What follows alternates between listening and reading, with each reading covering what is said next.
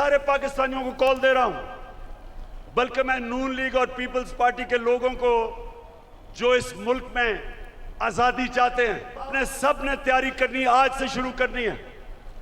آپ نے میری کال کی انتظار کرنی ہے جب میں آپ سب کو اسلام آباد بلاؤں گا۔ ارے یہ مخالف سمجھتے ہیں کہ جی منار پاکستان کے بعد کیا ہوگا؟ کان کھول کے سن لو کہ اصل پارٹی تو اب شروع ہوئی ہے۔ تب تک جدوجہد کریں گے جب تک الیکشن اناؤنس نہیں ہوتے۔ اس سلیکٹڈ امپورٹڈ حکومت کو کبھی تسلیم نہیں کریں گے۔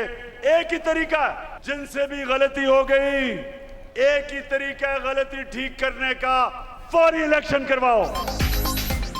عمران خان کا ایک بار پھر اسلام آباد میں پڑاؤ کا پلان، کال کا انتظار کرے، جلد اسلام آباد بلاؤں گا۔ عام انتخابات کے شیڈول کے اعلان تک جدوجہد جاری رہے گی، جن سے بھی غلطی ہوئی اسے سدھارنے کا واحد طریقہ الیکشن ہے، کوئی تصادم نہیں چاہتا۔ شہباز حکومت تسلیم ہے، نہ ہی دھمکیاں میں اس خط پر اس کا کمیشن قبول، دھاندلی کی طرح اس معاملے کی بھی کھلی سماعت مانیں گے۔ میرا جینا مرنا پاکستان کے ساتھ ہے، باہر نہیں بھاگوں گا۔ تحریک ختم ہونے کی باتیں کرنے والے سن لیں، ابھی تو پارٹی شروع ہوئی ہے۔ عمران خان کا جلسے سے خطاب۔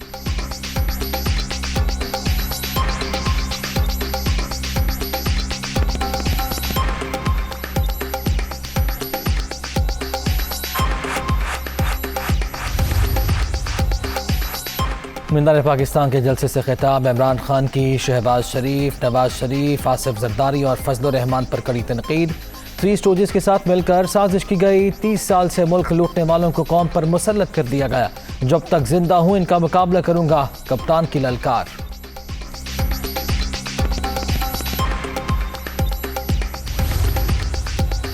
عمران خان کی چیف الیکشن کمشنر پر بھی تنقید، تمام فیصلے ہمارے خلاف آ رہے ہیں، ان کو نون لیگ کا کوئی عہدہ دے دو۔ پی ٹی آئی چیئرمین کی پیپلز پارٹی اور نون لیگی کارکنوں سے بھی ساتھ دینے کی اپیل۔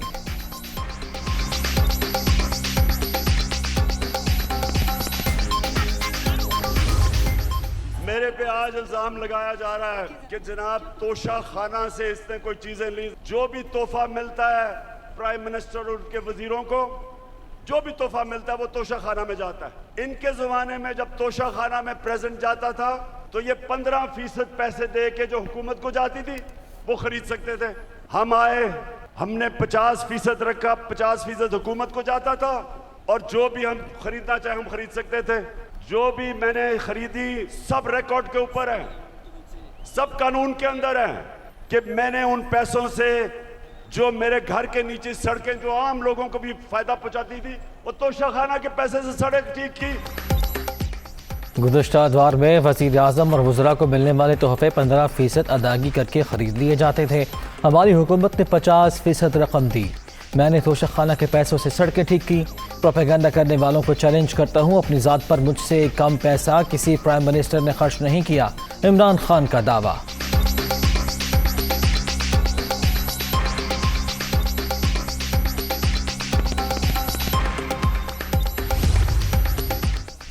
معیشت تباہ کر کے میر جعفر نیازی نے پاکستان کے خلاف سازش کی، حکومت بدلتے ہی امپورٹڈ وزیر اور مشیر واپس ایکسپورٹ ہونا شروع ہو گئے، غلطی ٹھیک ہو گئی، اب ذہنی علاج کی ضرورت ہے، عمران خان کے سرکاری خرچ پر علاج کرانے کو تیار ہیں، رانا ثناء اللہ کا رد عمل۔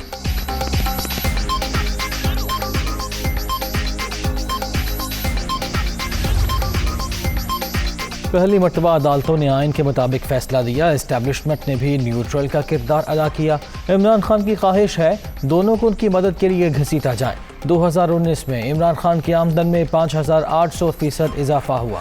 امریکی خط کا چورن بے نقاب ہو رہا ہے، سعید غنی۔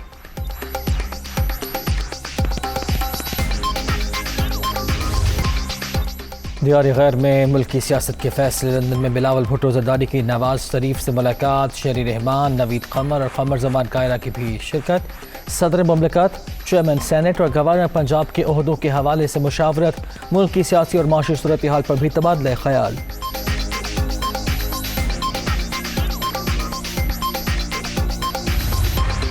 اس بندے سے جان چھڑانی تو اپنی جگہ پر ہے، لیکن یہ چیلنج بھی اپنی جگہ پر ہے، اور لیکن پاکستان کو اس بھنور سے ہم نے نکالنا ہے۔ میرا خیال ہے کہ اگر پاکستان کا بدترین سیاہ ترین اگر کوئی دور گزرا ہے تو یہ دور ہے، یہ جو 4.25 سال کا عمران خان کا دور ہے۔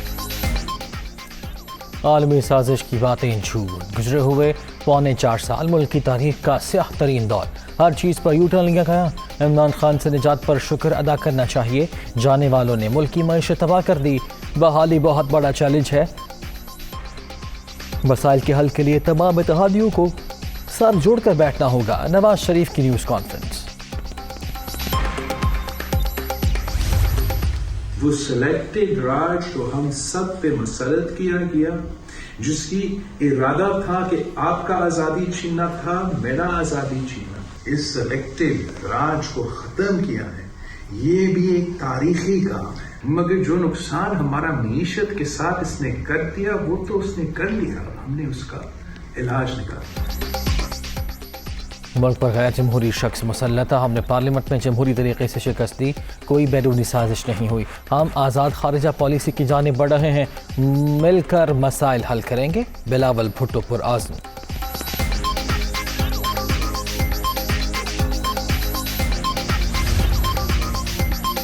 مفتاح اسماعیل کا امریکہ جاتے ہوئے لندن میں مختصر قیام، نواز شریف سے ملاقات، سیاسی اور معاشی صورتحال پر بات چیت، اسحاق ڈار بھی موجود تھے۔ عمران حکومت نے اپنے دور میں 20,000 ارب کا ریکارڈ قرضہ لیا، معاشی صورتحال کی بہتری بڑا چیلنج، مشکل فیصلے کرنا ہوں گے، وزیر خزانہ کی میڈیا ٹاک۔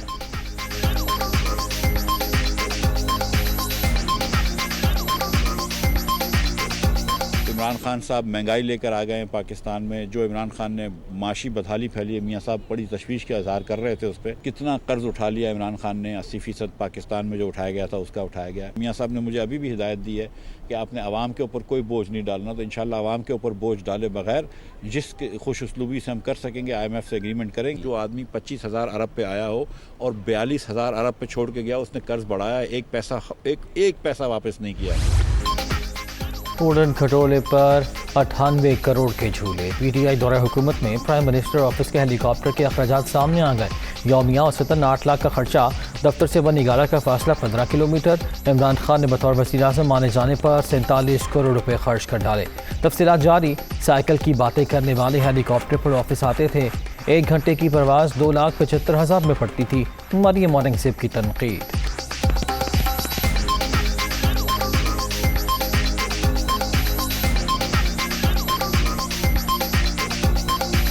جو بڑے باتیں کرتے تھے کہ ہم نے سائیکل پہ آنا ہے پرائم منسٹر ہاؤس اور جانا بھی سائیکل پہ ہے، وہ ہیلی کاپٹر پہ آتے رہے پرائم منسٹر ہاؤس 4 سال، جس کی مد میں 98 کروڑ روپیہ پاکستان کے سرکاری خرچہ ہوا۔ میرا تحفہ میری مرضی نہیں، یہ پاکستان کے وزیر اعظم کا تحفہ تھا، مانا کہ آپ سلیکٹ ہو کر مسلط ہو کر کرسی پر آئے تھے، یہ تحفہ ضرور تھا لیکن آپ کی دکان نہیں تھی۔ طور وزیر اعظم جو ان کو تحفے ملے تھے ان کو انہوں نے کم ویلیو پہ لیا اور اس کے بعد انہوں نے اس کو 4 گنا قیمتوں پر بازاروں میں بیچا۔ جتنا توشہ خانہ سے کمایا ہے وہ ان کی پوری زندگی کی انکم میں کبھی اتنا اضافہ نہیں ہوا۔ انہوں نے تو وزیر اعظم کی کرسی کو کاروبار کی کرسی بنایا ہوا۔ عمران خان نے وزیر اعظم کی کرسی کو کاروبار بنا رکھا تھا، انہوں نے 58 تحائف بیچ کر توشہ خانہ سے جتنا پیسہ کمایا پوری زندگی میں نہیں کمایا۔ 4 کروڑ کی گھڑی لے کر 18 کروڑ میں فروخت کی گئی، میرا تحفہ میری مرضی نہیں چلے گی، PTI چیئرمین منی ٹریل دے، مریم اورنگزیب کا مطالبہ، ہمیں امپورٹڈ کہنے والوں کے اپنے امپورٹڈ مشیر جہاں سے آئے تھے وہیں بھاگ گئے، وزیر اطلاعات کی پریس کانفرنس۔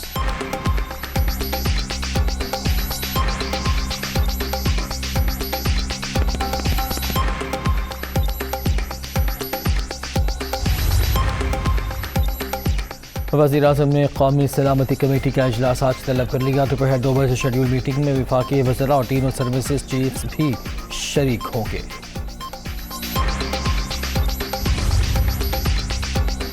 وزیر اعظم کا پہلا دورہ وزیرستان، میران شاہ پہنچنے پر آرمی چیف نے استقبال کیا، سیکیورٹی صورتحال پر بریفنگ بھی دی گئی، شہباز شریف کی یادگار شہداء پر حاضری، قبائلی مادین سے بھی ملاقات، دہشت گرد ملک بھر میں عوام اور ریاستی انفراسٹرکچر کو نشانہ بنا رہے ہیں، مسلح افواج کی دلیرانہ کوششوں نے امن کے دشمنوں کو ناکام بنایا، وزیر اعظم کا خراج تحسین۔